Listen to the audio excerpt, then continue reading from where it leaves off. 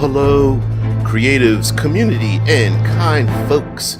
Welcome to RPG with DBJ, and welcome to this fine world building Wednesday. You guys need to be behind the scenes because I'm pretty wasted before this show goes live at 6 a.m. in the morning Eastern time, but I am also glad to have you guys here. Thank you very much. Now, for those who don't know, this is a long form, open, unscripted discussion show. And this week, because all week we take a subject and talk about it, we're talking about war in our tabletop RPGs, especially Dungeons and Dragons and other RPGs. Now, I know today we're going to reference probably 40K and its lots, because on World Building Wednesday, whatever subject we're talking about, we will build a world where that becomes the main focus. That's the thing that shapes whatever subject we're shapes the world that we're building, no matter what the context is, right? I mean, we've built worlds with giants and Medusa. We've built worlds with survival and mountains and swamps and things. And of course, we did a whole series on building worlds with specific classes, all the classes in Dungeons and Dragons. So we're going to build a world at war. Now, to let you guys know, this show is broadcast on 3 platforms for your convenience, all free for you over on Twitch, YouTube, and our Discord server. And if you are unable to participate in the show live, always drop a comment down below, and maybe, just maybe, both live and having seen the show later on, maybe, just maybe, your comment might be the highlight of our show going forward. So, war. Now, we've got plenty of real life examples of people going to war, communities, factions, governments, whatever the case may be. And of course, we have plenty of role-playing games. If you cannot find one for your Dungeons and Dragons, to use as an example of from realism, ultra realism, all the way up to gonzo, space mutant robots, aliens, et cetera, et cetera, et cetera, for what it would look like for a society at war. I think one of the things, though, that because I'd like to point out something that's beyond the norm, is the goings on of people at war when they are not warring, right? Like, what are they doing when they're not fighting? They're probably doing other things. Now, mind you, you can hand wave all that away. I suppose it would be the equivalent of like playing in a like a mecha game where people are piloting giant, kaiju and Jaegers and whatnot, and they're fighting giant monsters or other giant robots. And maybe the boring parts are, building them and the supplies and chain and all that kind of business. But I think there's still stories involved in that, especially if you want to change the idea of the battle of the week. Sometimes you can get put into a rut, similar to the concept of the monster of the week, which there's a role-playing game based around that, with that same title. There might be this... the mind might find like, oh, wouldn't it be cool if my setting was at war all the time? And then each gaming session just becomes, all right, you're on the battlefield, you're about to fight enemies, and then there isn't much dynamic interaction in the world. So we're going to develop this world so that we can get as much dynamic interaction as possible. So first thing is, you may need to understand, like, even generally, like what's motivating this war. Now, there's plenty of motivations as to why people want to hurt each other, but the reasoning of like why is it continuing when each side knows that this might be a Pyrrhic victory, right? Where a Pyrrhic victory meaning that you might win, but winning isn't very much better than losing. it's like two kids fighting over maybe a poster or something on their wall, and then they start ripping the poster up, trying to be the one who gets the poster back. Well, you might get the poster back, but it's all ripped up. That's a Pyrrhic victory. It's like, yeah, you got it, but you really you really lost, you know. And so why would people push past that point? And there's plenty of reasons. There's religious reasons, psychological reasons, reasons of duty, of legacy, things like that. Dead Man says eclipse phase uses it. Yeah, pride. Oh my God, pride is probably one of the I think one of the biggest ones. You know, no one wants to. No one. We in our own lives double down more often than giving up on the things that we desire, even though we know that the thing might be working against us. Um, so yeah, there's a lot of people who are just like, I put my foot down, and someone's like, you know, you're wrong. You could probably just back off. And you're like, I'm not going to back off. I'm going to double down, you know? And yeah, pride, jealousy, and envy, you know, just plain old vengeance and rage is another one.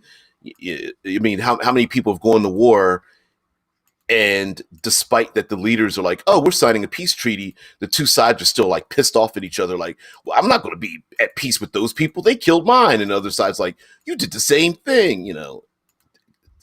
Same. I guess pride has a lot to do with that, or hell, even post traumatic stress.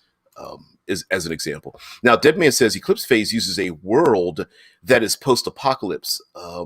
Ultra Carbon uses multiple worlds that are far future, and the Expanse uses the solar system pre AI apocalypse.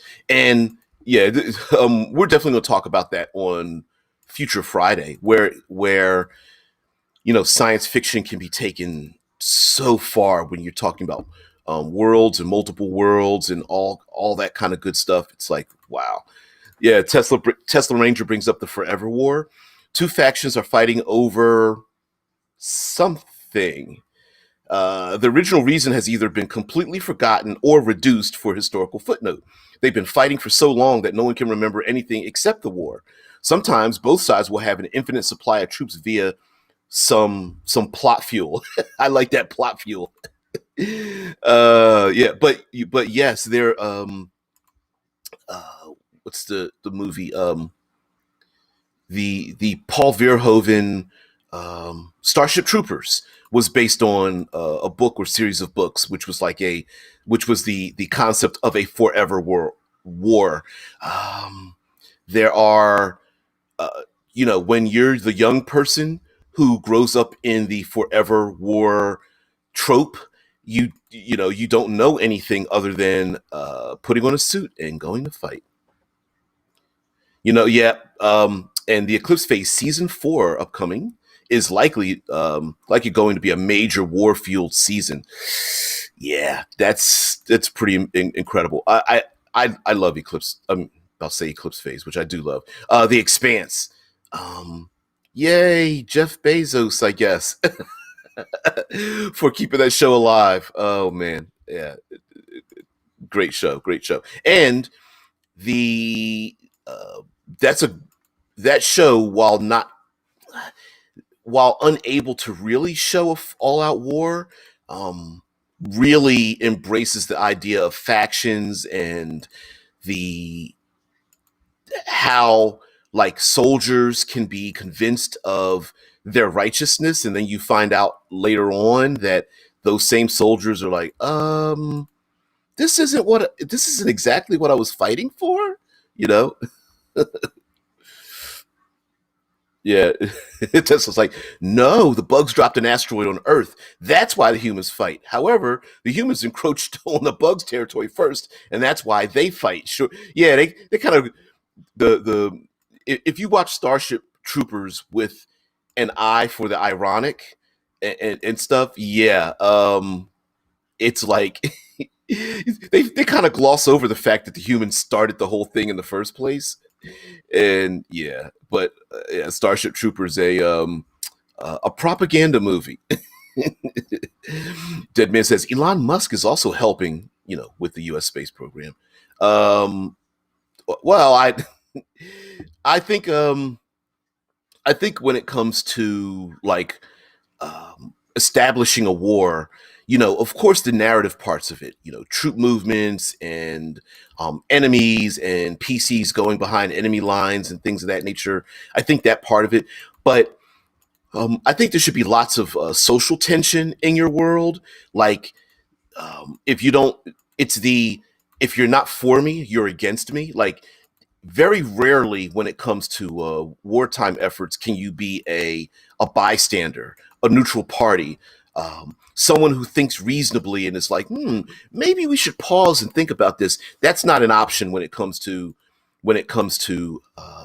when war is at hand, right? Because everybody wants to know where you stand. Heck, you can barely go. While I know many things are shut down during this COVID, many times when you have sporting events, you've got two sides, and you go into your local bar or sporting arena or something like that. It's like, you got to pick a side. If you're not for me, you're against me. What colors are you wearing? And while that might be like, a fun pastime when cheering on your sporting team, even that can get pretty violent. So when it comes to supporting or being for or against military service, yeah, you're going to have to pick a side. And if you are able-bodied, um, hey, what's going on there, Gaster? If you're able-bodied and you're able to perform in war, you're going to have lots and lots of uh, social tension if you're walking around, I don't know, reading books or hanging out or sunbathing while there are people dying on the battlefield. So I encourage a lot. I think in a world with the social interactions, I would encourage that a lot. Also, very few times are things black and white, meaning like, while on the surface the social tension might be like, in my Dungeons and Dragons world, you're either for the elves or against the elves, right? And people will promote a black and white mentality, but behind the scenes, very few people are exactly that way. Their reasons for wanting to or feeling that way could be very personal, like, oh, you're fine, man. Great to have you here, by the way. Um, yeah, and also remember that over on Twitch, YouTube, and our Discord server, everyone's participating live. So just be aware that if I start referencing something that you can't see or not privy to, it's because we are on three platforms as we broadcast. So, but the um, people have various reasons why they are promoting what they want, right? Like, for example, it could be just out of fear. Some people are like, yeah, those people need to die, and they're only saying that because everybody else is saying it, and they're trying to like get themselves riled up. They're purposefully getting their getting the heat in their body to try to like really feel what everyone else is feeling, because maybe they don't feel that way. Maybe they're like, I would rather, I don't know, sunbathe or write the next great novel or, bake bake tasty pastries. But instead, they're sending me to battle. I gotta convince myself why I really want to go. So people's motivations for wanting to go or even going in the first place, like, well, my two brothers died before me. I guess I have to go, or this is going to lead to a political. Um, a political campaign or something, or give me prestige, or maybe somebody's just violent and they're a psychopath. Like, great, I get to kill people, right? I mean, there's all kinds of reasons why people would go. So on the surface, it might seem like it's very black and white, but behind the scenes, it may be, I got to go because it's my duty to my country, and other people are like, I'm going because my friends are going, and I can't leave, let them go and me stay behind, you know. Yeah. Gaster says stuff like you can bribe a crooked guard for taking down protests, or even play as a sort of person who stands at the middle ground. Now, player characters can absolutely stand in opposition, or like not stand opposition, but like stand like a stone in this like flowing river of needing to go to battle and things. But there would definitely be lots of contention, and of course, war tends to flip society on its head, right? Because the importance of what people are doing starts to change. You know, that I mentioned yesterday about the blacksmith, where the blacksmith is like, anybody that comes to me with coin and a good heart or whatever, I forge things for them, no matter who it is. And when you're at war, and the blacksmith is like, I was forging weapons for orcs years and years. You guys never said anything, but now today, all of a sudden, there's a problem with it, right? So and so, as a blacksmith, was making weapons for our enemy. He's got to go down. And you're like, it's been 15 years. You didn't say a thing. It's been 6 weeks, and now I'm wrong. So there might be a lot of that kind of thing where you, people's social status might flip on its head, simply based on what they used to do, or their opinions might not have changed, but because the different factions are at war, you never know who's which one side or the other. Cameron says, what about a world where war is decided by competitions, like an Olympics between two nations, but also with chess and other mental competitions? I'm thinking you're thinking of RoboJocks, because I'm old enough to remember that movie when it was new. Yeah. And Deadman says, yeah, Star Trek did that multiple times. Yep. The best competitors. You could even go back towards like Romanesque depictions of like the best fighters doing battle on the battlefield, while all the other warriors are like standing around them to watch the fight between their best and brightest. Yeah. Tesla pops in RoboJocks 1989. Yep. Oh man, Gasper says, I really enjoy blurring the line of good and evil.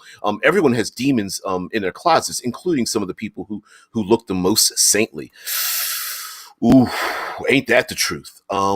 War is the crucible for like ethics and morality, right? Like, there are people who in a non-violent context seem like the weakest, quietest, most inconsistent individual pushover, and then you have bullies, the strong, the righteous, the powerful, who are like, oh, I'm the best and brightest, and you can't tell me anything. And you throw them in the war, and you see those roles flip right on their heads. It's I know this was depicted rather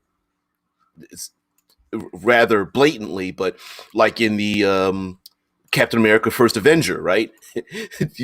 the Tommy Lee Jones is like, grenade, throws it out in the middle of nowhere, and what happens? All the best and brightest guys, that they're like, yay, they run for cover, and the young scrawny guy puts his body over the grenade, and it's like, everybody run away.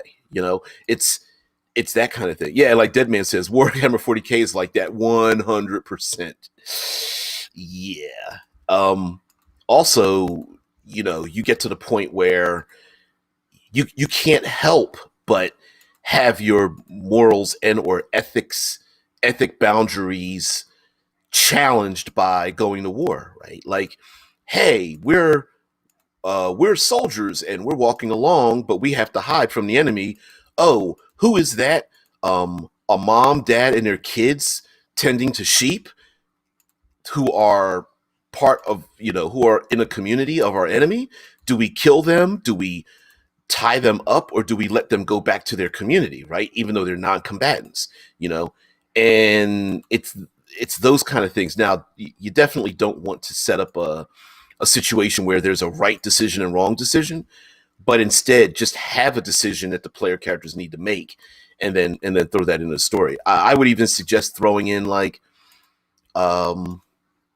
if you want to use the sanity rules for your game. I know this isn't crunch time, but Tuesday, but like sanity rules might take place just because of the PCs being like overwhelmed and shell shocked. Maybe give some kind of leeway for it, like I don't know, wisdom +3.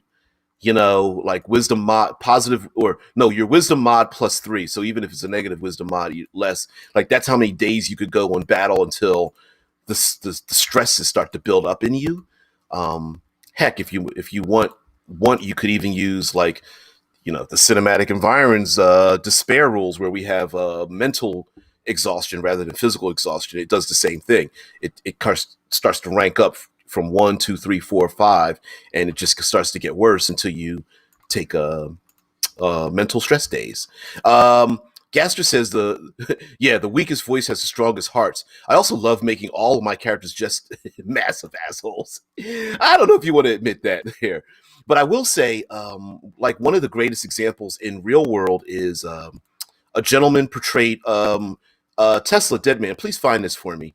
The gentleman portrayed in the movie Hacksaw Ridge was a real life person whose faith says that I am nonviolent. I will not take up arms against another human being, but I'm also of this world. And so he's like, I am also duty bound to my country to serve my country. You want me to go to war? I'll go to war. I just refuse to kill the enemy because I feel like their lives are just as important as mine. And this individual, real life individual, went to war, and like his not only survived but saved so many lives. I'm not sure if it's in the triple digits. There he is, Desmond Doss. Lived 1919 to 2006. Was a United States Army corporal who served as a combat medic with an infantry company in World War II. He was twice awarded the Bronze Star Medal for actions in Guam and the Philippines. Doss further distinguished himself. It goes. Where's the click? There it goes. It kind of moved on a little for me. In the Battle of Okinawa, by saving 75 men, becoming the only conscientious objector to receive the Medal of Honor for his actions in war. His life has been the subject of books, the documentary, The Conscientious Objector, and a 2016 movie film Hacksaw Ridge. And I believe he even saved enemies.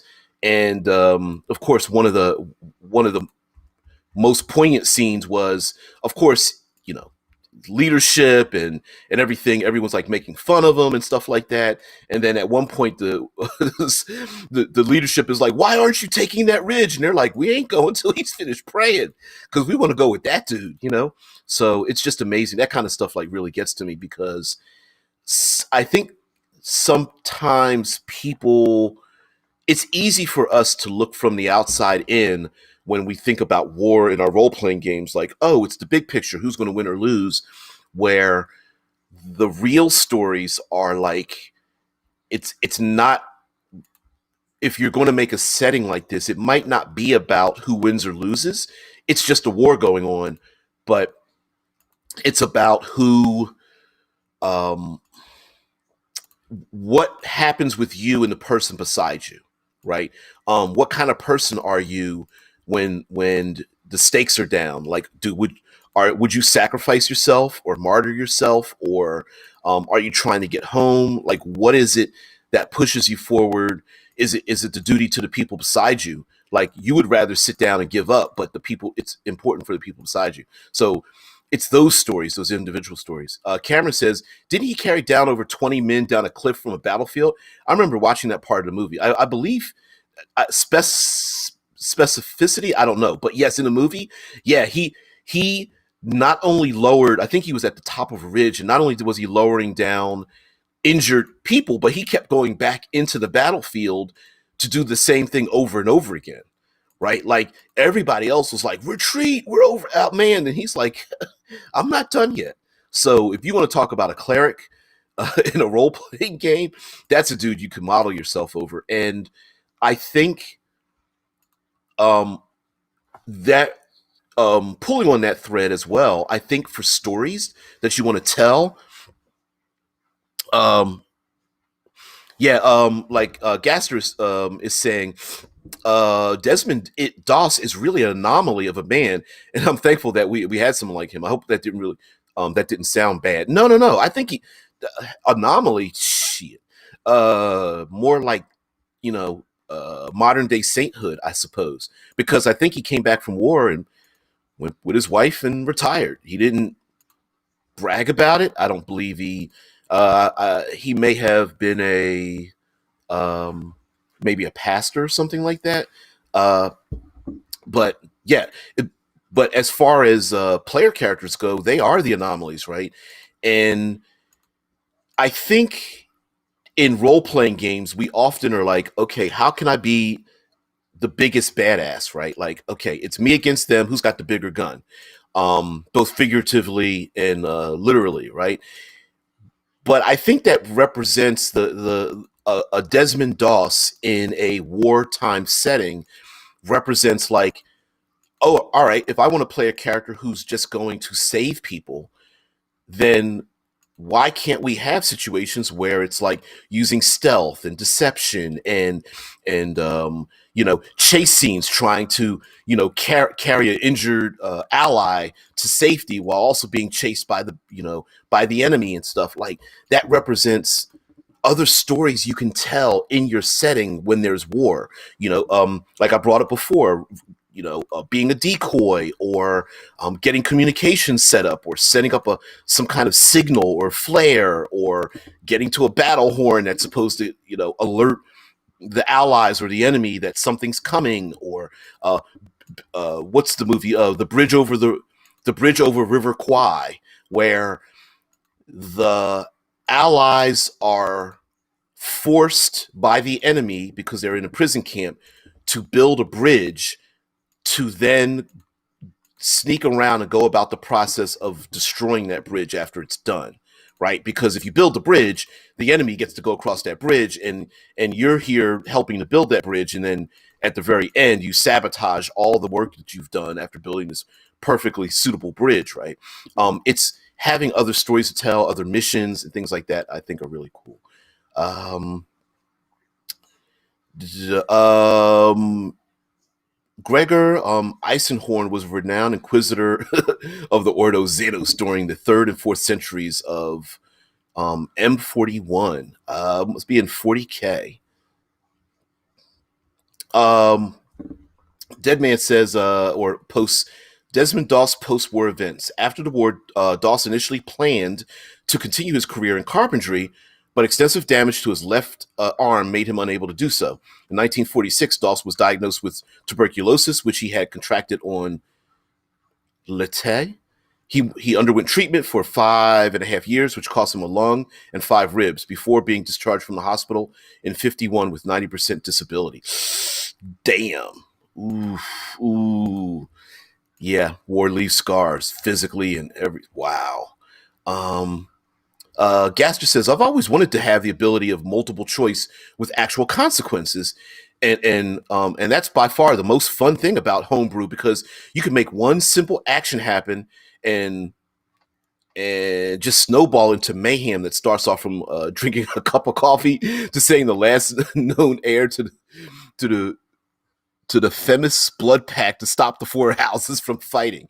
Yeah, those choices, and letting those, like you said, those choices could just snowball. It's the enemy. You see the enemy, spear in their chest, dying, sitting on the battlefield, and it's you and them, and they ask for a cup or of water, or they ask for they see someone in a party as a cleric, and they say, just pray for my soul that I don't arise the next day. And maybe that becomes a thing that leads to another thing, right? Maybe the enemy sees one of the PC clerics performing this rite over top of their body before they pass away, and then that becomes a thing where the enemy is like, you know what, we might not want to throw them into a prison camp. Maybe we want to speak to this person, Um, yeah. Caster says, so it's the enjoyment of being a DM, or as my friends call me, the douche master. Yeah. Unfortunately, that becomes our moniker when you're a dungeon master, right? Cameron says, I'm about to play a satyr Spartan cleric of Hermes, and I think he will become a peaceful character like Desmond Doss. Would be cool to play high levels peacefully. Yeah, and well, we all know that the other part of that is having the opportunities to play that way. I mean, yes, I get it that Dungeons and Dragons isn't really built to solve problems peacefully, but I think I think opening the door to allow those things to happen, and like I said, peace doesn't need to be I won't harm you and you won't harm me.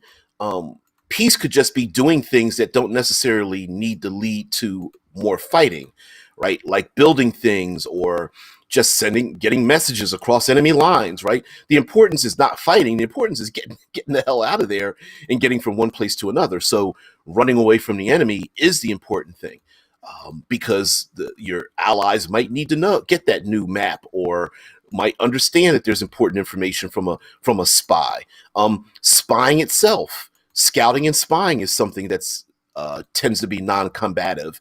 You know, if you are a part of an advanced scout troop, you don't want to alert the enemy, because when your allies aren't prepared, sure, you might survive, but your allies might not. So what do you need to do as a scout? You need to find out how many people there are, how many supplies they have, what plans are they doing? Are they entrenching themselves, or are they moving on? Do they have POWs? Are there,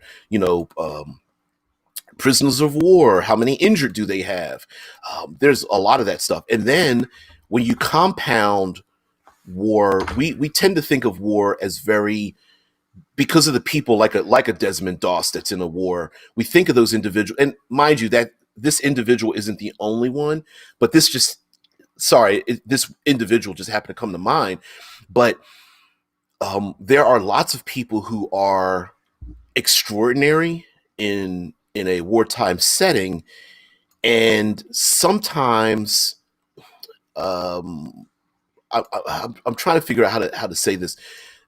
The only reason those people are extraordinary is because they did extraordinary things in an unlikely scenario, and allowing that to breathe in an unlikely scenario is the thing that we're looking for in a war, right? So, for example, um, war, we tend to look at war clinically and cleanly, because the language of war even tends to be very clinical.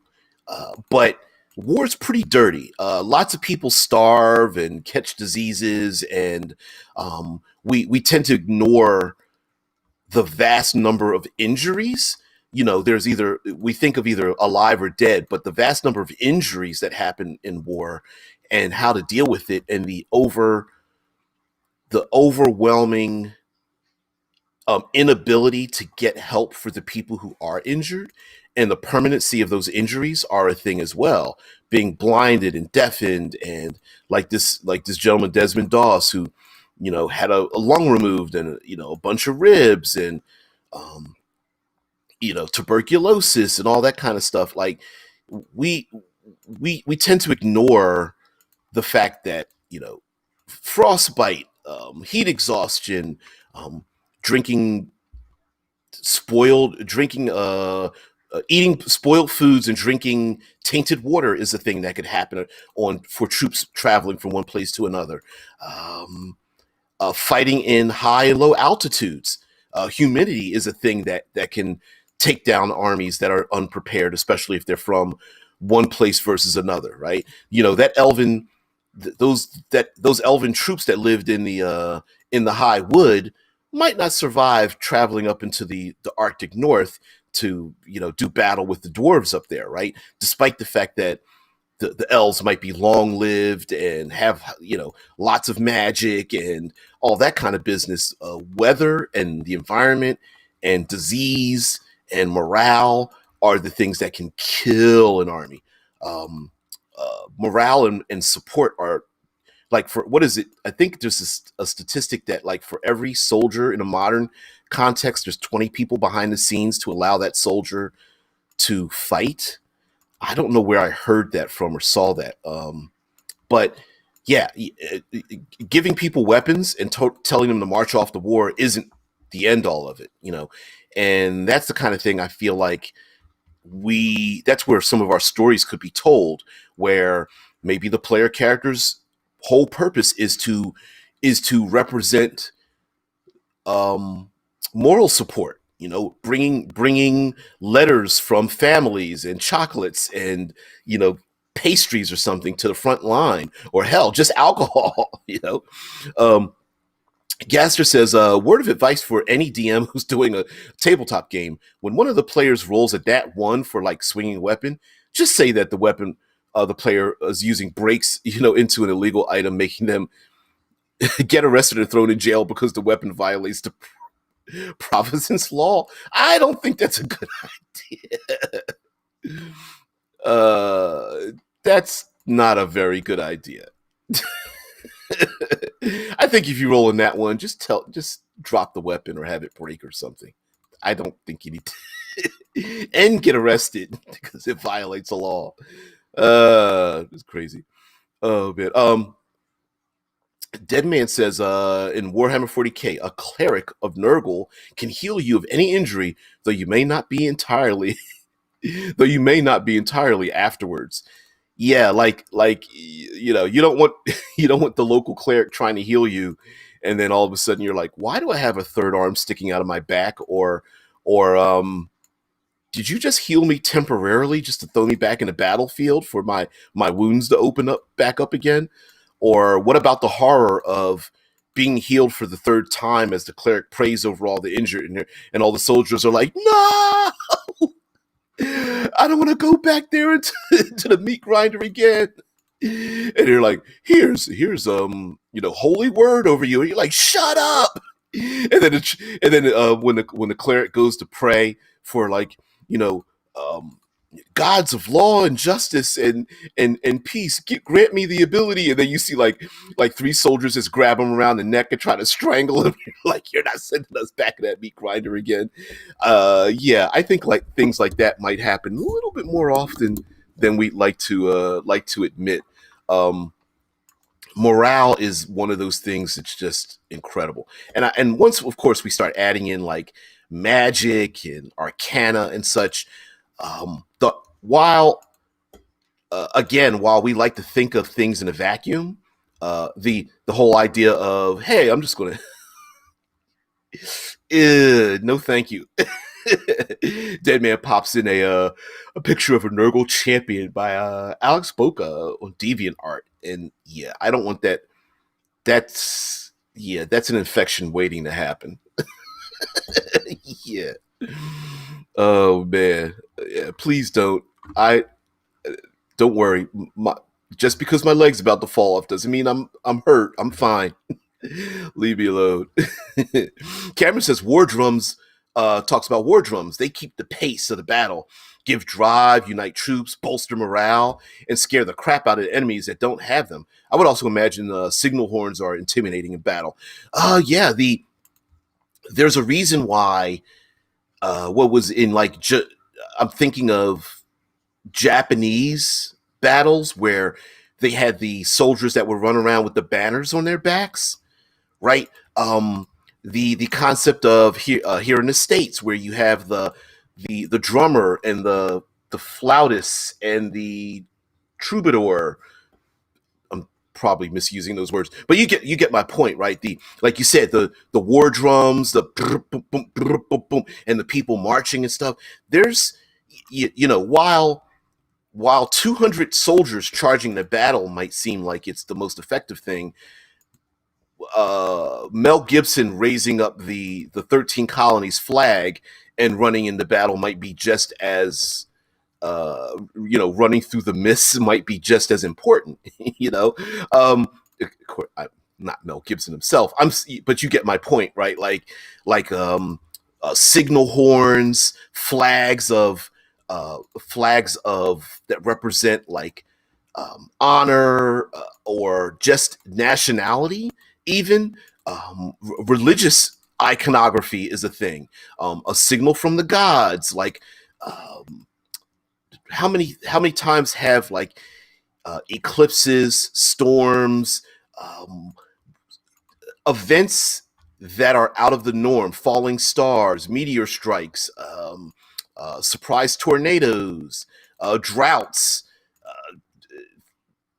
weeks of torrential rain. Like, sometimes these are the things that yeah, Gaster, I see it. Sometimes these are the things that happen where it feels like a sign from the gods to either continue forward or prevent the thing.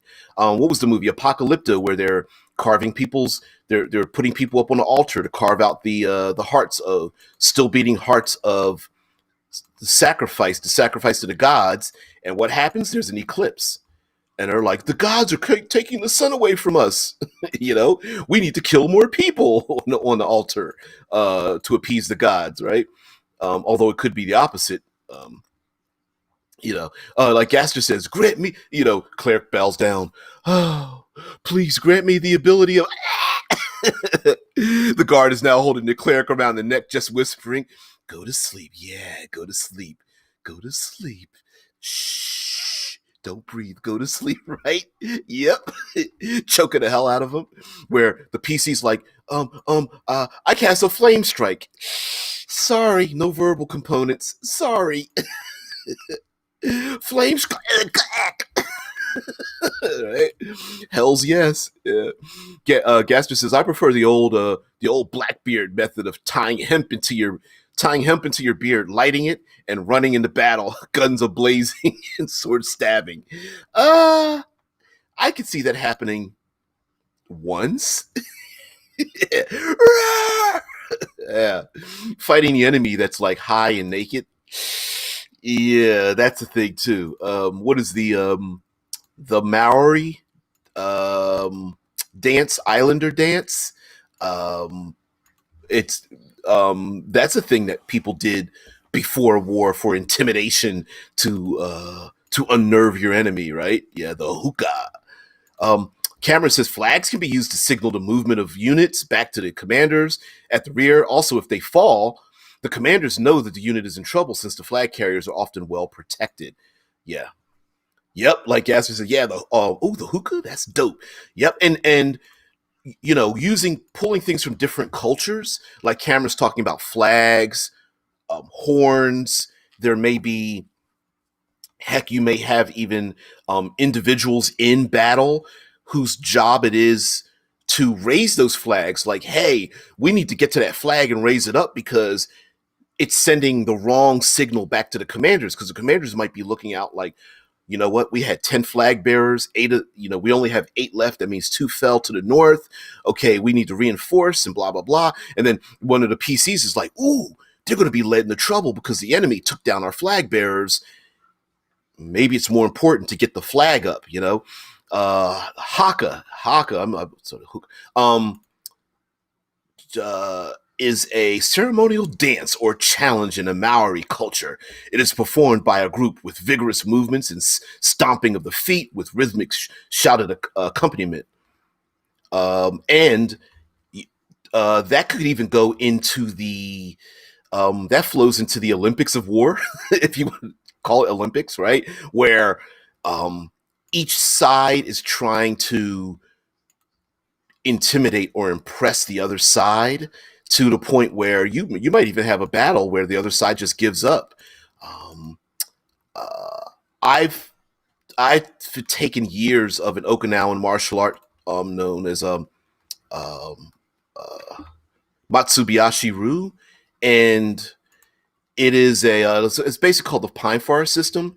And the Okinawan symbol, it looks like a 3-bladed symbol, has been described as 3 tsunami, but it's also been described as the Japanese samurai warriors coming over to Okinawa, because Okinawa was never dominated by an outside enemy force. And the samurai looking at the Okinawans like, you guys don't have any honor.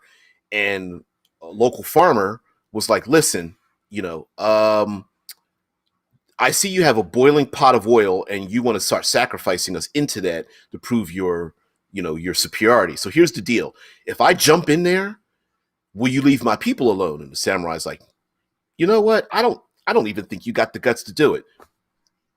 Lead farmer goes up, jumps in the pot of boiling oil. Like, what the hell? So he's like, that's just a fluke. I'm still going to dominate this land. And then and the second leader of the harvesters comes up and goes, listen, if I jump in a pot of oil, will you promise to leave our people alone? And they're like, okay. Second person jumps in and you get that second swirl. And the samurai so embarrassed by the fact that these commoners had the strength of will to do what they did, um, orders his whole troops to stand down, disrobes, takes his armor off, and jumps in the pot of boiling oil to maintain his honor. Whether that happened in real life or not, we don't know, because there's this mix of reality and mythology. But that is a thing that could be happening in wartime too, where you have this idea that there are people who are the symbols of a movement, and people follow those symbols of movement.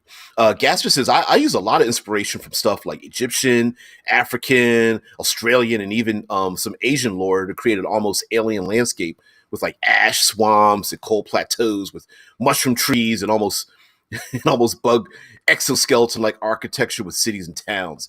I love pulling things from non-Eurocentric um, uh, places. Not that I have anything that's like I have a dislike of Eurocentrism, but it's the idea that there are other cultures around the world. We have a lot of that. Hey, Rickard, yeah, you're all right. You should maybe I should become like an alarm clock or something for people. Like, up, going live, wake up. Anyway, all right. So along with us having our big giant, wars type setting, okay, we need to start to establish like where do people fit in this war setting. So what I mean is, for the non-combatants, they have to be somewhere. Your wizard, right? Your wizard might be trying to learn magic in the wizard's tower, but the community might be thinking, the faction leaders might be thinking, listen, you've been in there for 6 months. We're spending a lot of time and effort to get you to learn magic. You need to get your ass on the battlefield. And the wizard's like, I haven't even graduated yet. We have to think about that. Ricker says, I will add that it would be interesting to have another type of European setting as well. Well, there's also details in Euro settings, right? Like here in the States, we kind of think of uh, Europe as Euroland, but that's not really the case, right? It's German and Irish and Norwegian and Swedish, and like there's more to it. You keep going on and on. Turkish and Kazakhstanian and all that. Like there's more nuance than, oh, I'm going to pull information. I'm going to pull my details from Euroland, right? It's kind of like Asia land here in the States. It's like, nah, it's a little more detailed than that. There's Mongolian and Filipino and Thai and Malaysian and that kind of stuff, especially when you start going back in history, ancient culture rather, for like Dungeons and Dragons and stuff. Yep. Cameron says, I don't know, man. Kamikaze pilots are probably going to be called myth in the future. Ooh, yeah. Yeah. Some I don't mean to disparage the will it would take to be a kamikaze pilot, but some would say that their leadership used historical context to garner the people to get that samurai type of mentality back into the culture to get them to do a thing like that. So I could see in our medieval settings, right, like our fantasy settings, that like the dwarves of the north, the Five Kings Mountains are like trying to get the troops riled up, talking about these fabled warriors, and they went to battle with the giants. Why can't we go to battle with the elves? They're not giants to us. They stand a head higher. Man, our ancestors fought them and they were 5 times our height, and getting the people when the dwarves are like, I don't know if I want to go to war with the elves. I mean, damn, they've been around for a long time. I don't know. I could see that happening. Yep. Rickard says, that's talking about, I will add that it would be interesting to have another type of European setting as well. That's to say, the Eurocentric setting we do get is one particular culture setting, and there are so many more that could be used. Oh, yeah. Oh, hells yes. I mean, heck, you could just the differences between we've in a generalized context in dungeon fantasy gaming, we see a big difference between, say, um, the numerous Viking style game settings versus the Pendragon Knights in Armor type setting, right? Both Eurocentric, but both of them completely different. Hey, Lurker, what's going on there? Rise and shine with the morning sun. Yep, yep. And Deadman says TSR covered that in the green books of second edition. I remember those green books. I don't have any, but yeah, they had the like um there were these green culturally specific books based so that you could use the elements in them for different settings. Um, and then what was it? The burgundy maroon books were like um, specified for classes. I can't remember, but yeah. Ricker says, to be fair, check out Sweden's counter-offensive against Russia when Russia invaded Estonia. Then Swedish control. Fucking religion crazed fanatics, the Swedes just rucking around, rucking Russian entrenched forces because God is with us. Yeah, suicidal soldiers have probably been a thing since forever. Yeah, and it's um Mad Max Fury Road, sometimes spraying chrome paint into your mouth and going to Valhalla fails. And what happens then? Right? Like what does that person do that wanted to go into battle and die gloriously? Like, do they retire? What does that work? What does that even look like? Um uh uh Gaster Two Soul says so they have sort of medieval roots, but it goes crazy. Jules Verne-esque. Ooh, Jules Verne-esque technology. I love that stuff. Blending both magic and technology into a thing that can stand on its own. I love it. I love like retro futuristic Jules Verne. I'm gonna stay away from steampunk, but sorry, I mentioned it. Sorry. Yeah, like Rickard says, being on the receiving end of the "oh my god, the zealots are coming" is probably quite terrifying. Yeah, like I said, being high and running naked in the battle is pretty terrifying, right? And we've seen how people are dressed is just as important as what they're doing on the battlefield, right? Body paints and outfits and war cries and all that kind of stuff is pretty important. Just as it is very intimidating for a very organized, phalanxed like regimented troop can be very intimidating against the barbarian wildlings or something. It's like, whoa, they're like 1,000 wide and 1,000 deep, all marching in lockstep. Jeez, I can't fight that.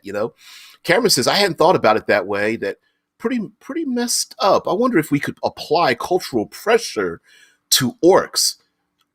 Ooh, like their leaders are using stories of old heroes to drive young orcs to raid with abandon.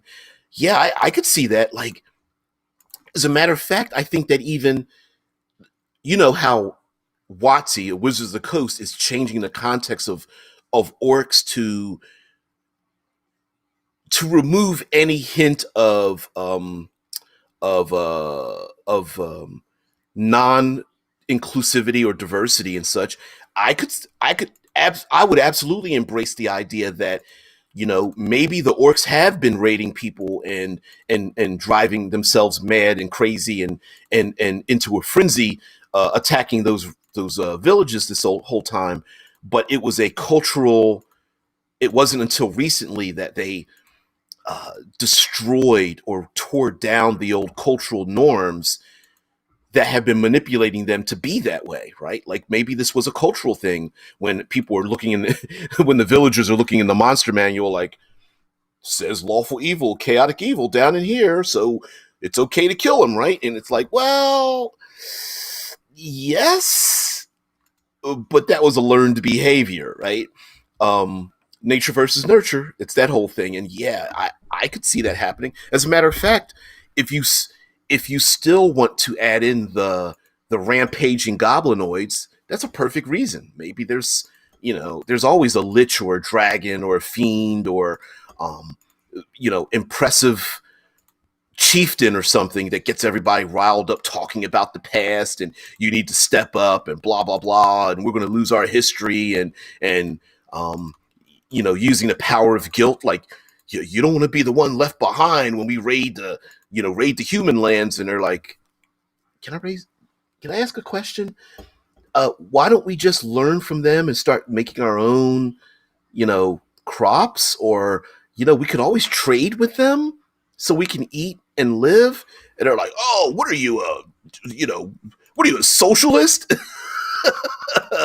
You're a commie. That's what happened with that kind of thing, right? Yeah. Yeah, is it learned if you're created by a murder hobo god? Yeah, that's another thing too, right? Like were you created to be that way, or was it a learned thing? Well, now remember, if we look back at the history, the one-eyed murder hobo god wasn't that way till the other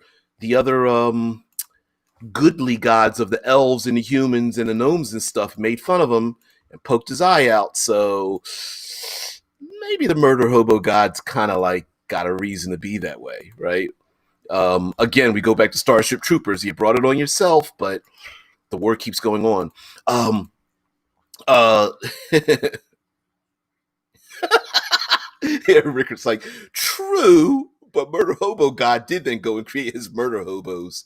So there's plenty of blame to go around. Like, nobody made you create murder hobos. Murder hobos. He's like, you cut my eye. That was just me bleeding. That's not my fault. And then the elven god's like, yeah, dude, but we were just having fun. You didn't have to go and like bleed all over Greyhawk, did you? They're like, well, you know, I kind of I kind of had to prove a point. Sorry about that for a millennia of death and destruction. My feelings were hurt. Legally Blind Lurker says, what if the orcs develop a culture where the young males of the tribe can only get the young females' attention by bringing spoils back from a raid? Then you really want to talk about nature versus nurture and survival instinct. You know what? That's not just reserved for orcs, right? There's been for a long time throughout history. It wasn't until very, very recently in history that the spoils of war was a real thing. And as a matter of fact, even in the modern context, that still happens. While illegally, it still happens, right? How many times have we heard of soldiers, not only just taking down the enemy, but like torturing them, using them for sport. All the guys, raping and assaulting the women and things like that. Heck, who's a long time participant, Omen from the Philippines, talked about how the in recent history the Japanese went over into the other Asian countries and just gave permission for soldiers to rape and pillage, and that's in a modern context. So yeah, that's orcs. Yeah, everybody else probably. I know we don't like to think of elves doing that kind of thing, but maybe they're old enough to edit their own history from doing such a thing as well. Uh, yeah, and Rickards is like more pointing out that unless the god somehow changes and then changes his personal murder hobos, it's a bit weird for them to go against their god. Yeah, although you know what, humans have been going against the gods forever, right?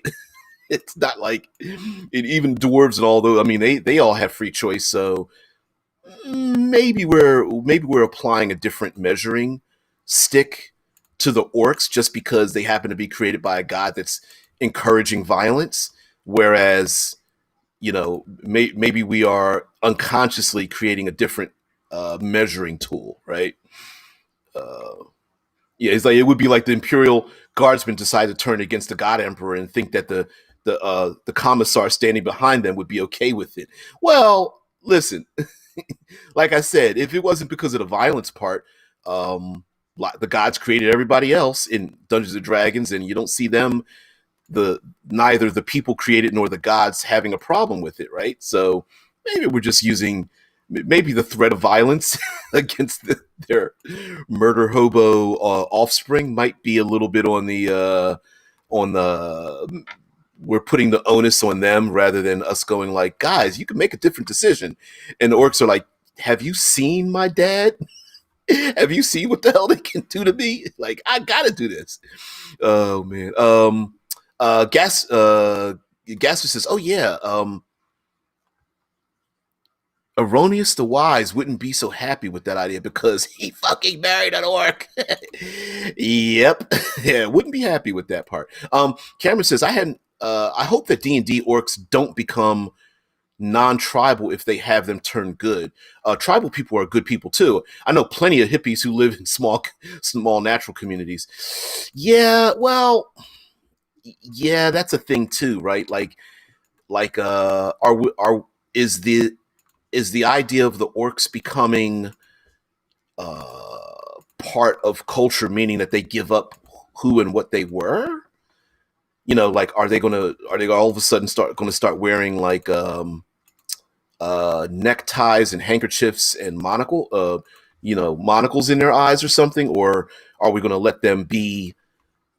Has this been a misunderstanding this entire time on our side against the orcs or something? You know, I don't know. Yeah, like Rickard says, ooh, didn't think about that. Jeez, let them still be tribal. Yeah. I mean, like, yeah.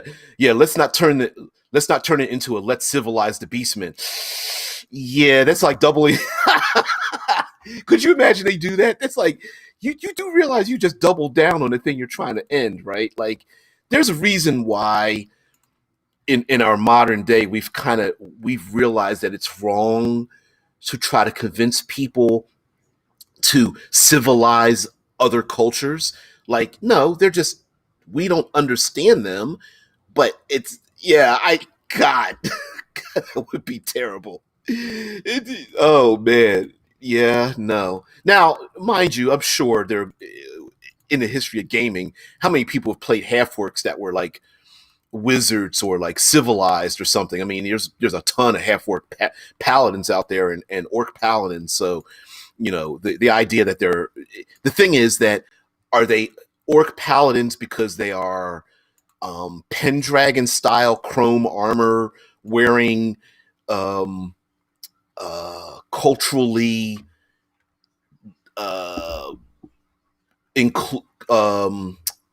giving up of their old culture to be a new culture, or does an orc paladin look different tribally than it would to anything else? Yeah. Yeah, we're gonna end the racist stereotype. Let's make it even more racist to do it. Yeah. Oh shit, that's terrible. Maybe that's a good point to end on. Yeah, like Legally Blind Lurker says, history is written by the victors. Ooh, you know what? We're going to end it on the history rewritten by the victors point, where, yeah, even in a setting filled with war and battle for a long time, the forever war trope that Tesla popped in, maybe, just maybe, the reason why people are fighting, and nobody wants to hear this, maybe it's your own fault, right? Maybe it's your own people. Like, I'll be controversial here. The United States has helped prop up a whole lot of petty dictators in our past. Maybe, just maybe, reinforcing enemies and terrorism and things like that. Maybe that might be our own fault historically. And how do you deal, you know, as a player character, like, how do you deal with the fact that your knighthood caused the orc goblinoid hordes to become pissed off in the first place? So I think it's a good thing. So tomorrow, Third Pillar Thursday. So, you know, we're going to talk about the environment and all the crazy crap that can happen in a war type setting. A lot of that we talked about on Tuesday, but we're going to add a little bit more into it. So, hells yes. So join me tomorrow for another hour myself, and of course the brilliant people who make this show possible. So everybody, have a great one. I will check you out tomorrow. See you later. Bye. Thank you. Again, thank you for watching.